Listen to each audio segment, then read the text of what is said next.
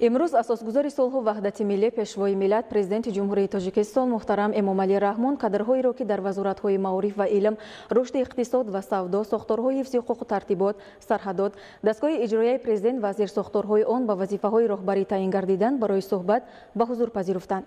در جریان صحبت سردار دولت از وظیفه‌گذاری‌های در پیام پرزیدنت جمهوری تاجیکستان اوید بر رشد ساحه‌های اقتصادیات، معارف و علم، تامین امنیت و ثبات یادآور گردیده.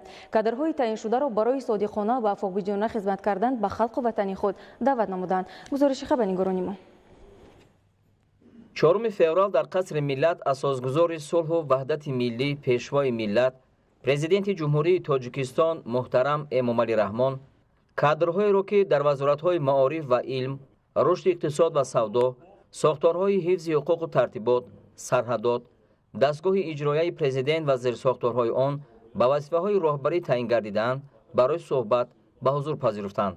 با فرمانهای پرزیدنت جمهوری تاجیکستان شاهیان عبدالستار از وظیفه معاون فرمانده قشون‌های سرحدی کمیته دولتی امنیت ملی جمهوری تاجیکستان اوید به کارهای سیاسی تربیوی آزاد و به این وظیفه میرزازاده سفرعلی رحیم که در وظیفه معاون پروکورور ژنرالی سرپروکورور حربی جمهوری تاجیکستان فعالیت داشت تعیین گردید.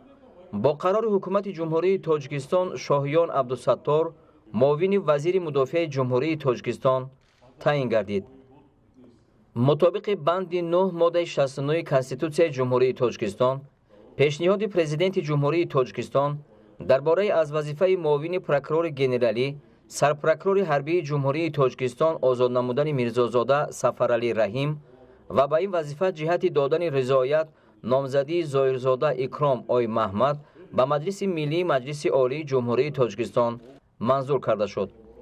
با قرارهای حکومت جمهوری تاجیکستان معاون وزیر مدافع، معاونان وزارت معارف و علم جمهوری تاجیکستان، رهبریت مأموریت منطقه‌های آزاد اقتصادی کولاب، دنغره، پنج، دیرکتور و معاونان مؤسسه دولتی کتابخانه ملی، کمیسران حربی شهر دوشنبه، ولایت‌های ختلان و سوخت، کماندیران قسم‌های نظامی وزارت مدافع، وابسته‌های حربی در نزد یک قطار سفارت‌های جمهوری تاجیکستان در کشورهای خارجی، سرداران بعضی اتریت‌های سرحدی و مرکزهای تعلیمی قشون‌های سرحدی کمیته دولتی امنیت ملی جمهوری تاجیکستان از حساب کادرهای جوان و صاحب تجربه تعیین گردیدند.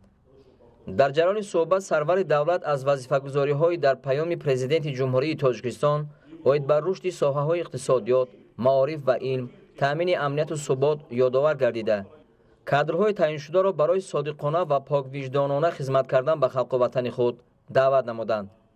در نزد مسئولین برای اجرای سریع دستور و نشاندادهای پیام وظیفه‌های مشخص و مهلتناک گذاشتند.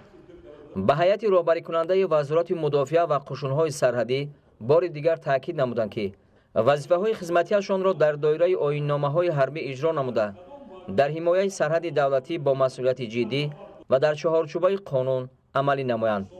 منفعت‌های دولت و ملت و حفظ دستاوردهای زمان استقلالیت باید از وظیفه‌های مقدس هر یک خدمتچی دولتی و نظامی عبارت باشد.